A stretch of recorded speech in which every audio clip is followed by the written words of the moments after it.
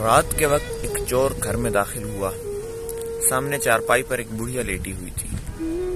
چور کی کھٹ پٹ سے وہ بڑھیا جاگ گئی۔ چور یہ دیکھ کر بڑا گھبرا گیا، مگر بڑھیا بولی گھبرانے کی کوئی بات نہیں، مجھے تم ایک اچھے گھرانے کے لگتے ہو، ضرور کسی مجبوری کے تحت یہ چوری کرنے پر مجبور ہوئے ہوگے۔ سامنے الماری میں تجوری پڑی ہے، اسی میں سب سامان ہے، تم لے جانا، مگر اس سے پہلے مجھے ایک خواب کی تعبیر بتاؤ۔ چور بڑا خوش ہوا بڑھیا کی رحم دلی سے اور وہ بیٹھ گیا۔ اتنے میں بڑھیا نے خواب سنانا شروع کیا کہ میں ایک صحرا میں گم ہو گئی ہوں اور وہاں پر ایک چیل میرے پاس آئی اور زور زور سے چلانا شروع کر دیا، ماجد ماجد ماجد۔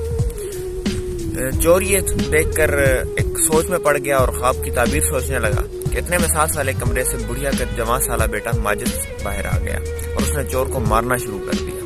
تھوڑی دیر بعد بڑھیا بولی کہ اب اس کو چھوڑ دو، اس نے اپنے کیے کی سزا بھگت لی ہے، مگر چور بولا نہیں، مجھے اور مارو تاکہ اگلی دفعہ مجھے یاد رہے کہ میں چور ہوں کو خواب کی تعبیر بتانے